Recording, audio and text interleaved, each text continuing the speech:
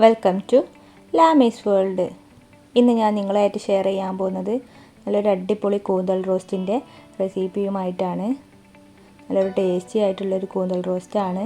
ഇത് ചപ്പാത്തിയിലേക്കും ചോറിലേക്കും നല്ലൊരു കോമ്പിനേഷനാണ്. കൂന്തലൊക്കെ കഴുകി വൃത്തിയാക്കി വെച്ചിട്ടുണ്ട്. കൂന്തലിലേക്ക് ആദ്യം തന്നെ മഞ്ഞൾപ്പൊടിയും ഉപ്പും കുരുമുളക് പൊടിയൊക്കെ ചേർത്തിട്ടൊന്ന് മിക്സ് ചെയ്ത് വെക്കുകയാണ്.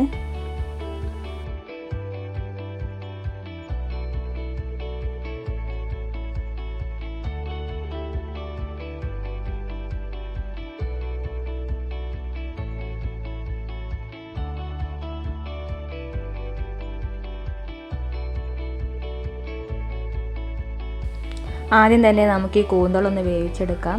അതിനായിട്ട് ഞാൻ കുക്കർ എടുത്തിട്ടുണ്ട്. കുക്കറിലേക്ക് നമുക്ക് കൂന്തലിട്ട ശേഷം ഒരു 1/2 കപ്പ് വെള്ളം കൂടി ചേർത്തിട്ട് ഈ കൂന്തലൊന്ന് വേവിച്ചെടുക്കാം. 2 വിസിലൊക്കെ മതിട്ടോ. അപ്പോഴേക്ക് ഈ കൂന്തലൊക്കെ ഒന്ന് വെന്ത് റെഡി ആയിട്ടുണ്ടാവും.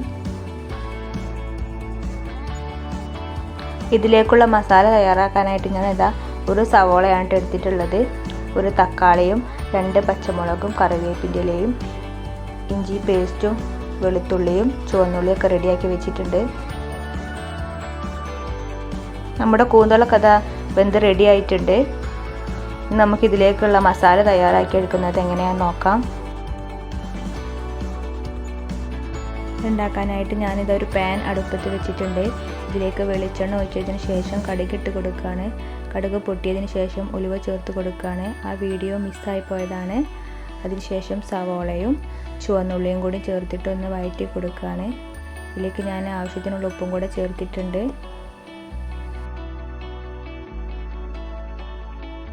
ഇതൊന്ന് വഴന്ന് വന്നതിന് ശേഷം ഇഞ്ചി ചതച്ചത് ചേർത്ത് കൊടുക്കുകയാണ്. അതിനുശേഷം വെളുത്തുള്ളിയും കൂടി ചേർത്തിട്ടുണ്ട്. ഇതിൻ്റെ പച്ചമണം മാറുന്നത് വരെ ഒന്ന് വഴറ്റി കൊടുക്കാം. അതിനുശേഷം തക്കാളിയും 2 പച്ചമുളകും കറിവേപ്പിൻ്റെ ഇലയും കൂടി ചേർത്തിട്ട് ഒന്നും കൂടി ഒന്ന് വഴറ്റിയെടുക്കുകയാണ്.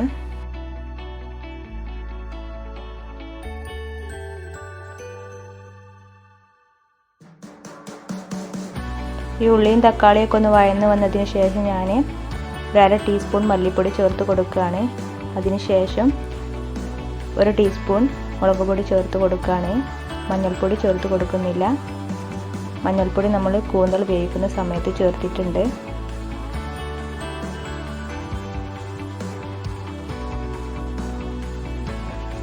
ഇനി ഞാൻ ഇതിലേക്ക് ഒരു 1/2 ടീസ്പൂൺ കുരുമുളക് പൊടിയും 1/2 ടീസ്പൂൺ വലിയ ജീരകം പൊടിച്ചതും കൂടി ചേർത്ത് കൊടുക്കുകയാണ്. അതിനുശേഷം ഒന്ന് ഇളക്കി കൊടുത്തതിന് ശേഷം കൂന്തൽ വേവിച്ച വെള്ളം ഉണ്ടല്ലോ അതൊന്ന് ചേർത്ത് കൊടുക്കുകയാണ്. ഈ വെള്ളം നമ്മൾ വറ്റിച്ചെടുക്കുകയാണ് വേണ്ടത്.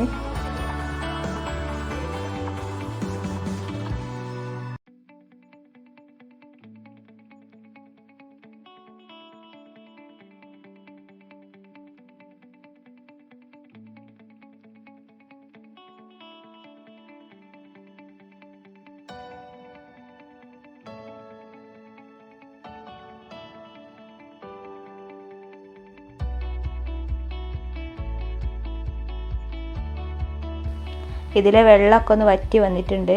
ഇനി നമുക്കിതിലേക്ക് കൂന്തൽ ചേർത്ത് കൊടുക്കാം. കൂന്തൽ ചേർത്തതിന് ശേഷം ഒന്ന് ഇളക്കി കൊടുത്തതിന് ശേഷം ഫ്ലെയിം സിമ്മിലാക്കിയതിന് ശേഷം നമുക്കിതൊന്ന് അടച്ച് വെക്കാം. ഈ കൂന്തളും ഈ മസാലയൊക്കെ ഒന്ന് സെറ്റ് ആവാൻ വേണ്ടിയിട്ടാണ്. ഇത്രയേ ഉള്ളൂ. നല്ല അടിപൊളി ടേസ്റ്റി ആയിട്ടുള്ള കൂന്തൽ റോസ്റ്റ് റെഡി ആയിട്ടുണ്ട്. എല്ലാവരും ഒന്ന് ട്രൈ ചെയ്ത് നോക്കണം. ഇത് ചപ്പാത്തിയിലേക്കും ചോറിലേക്കൊക്കെ നല്ലൊരു കോമ്പിനേഷനാണ്.